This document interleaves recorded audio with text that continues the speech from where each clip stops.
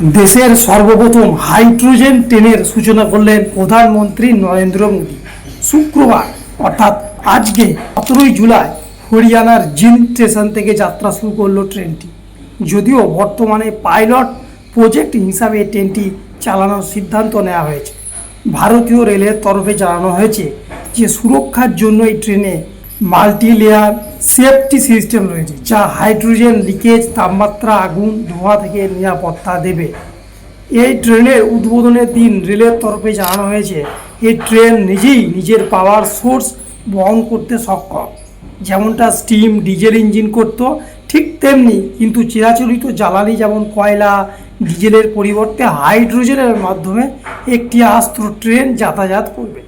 বাইরে কোনো পাওয়ার বা ক্ষমতা অর্থাৎ বিদ্যুতের উপর নির্ভরশীল থাকতে হবে না। আর এই ট্রেনের ইঞ্জিনে লেখা থাকবে নামো গ্রিন রেল। মূলত এই ট্রেন থেকে কোনো দূষিত পদার্থ নির্গত হওয়ার সম্ভাবনা একদমই নেই, ফলে পরিবেশ ও বায়ু দূষণ হবে না। সেই কারণে গ্রিন রেল বলা হয়েছে। কোথা থেকে শুরু হলো এই হাইড্রোজেন ট্রেনটি? চলবে হরিয়ানার জিন্দ থেকে সোনিপত পর্যন্ত। মোট 89 কিলোমিটার পথ অতিক্রম করবে।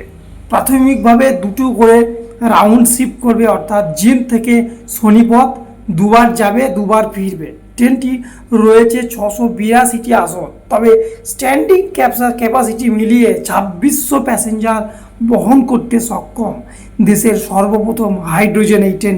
এই সমস্ত দেশের এবং রাজ্যের খবরাখবরের জন্য চ্যানেলটি অবশ্যই লাইক এবং একটা সাবস্ক্রাইব করে রাখবেন। ধন্যবাদ।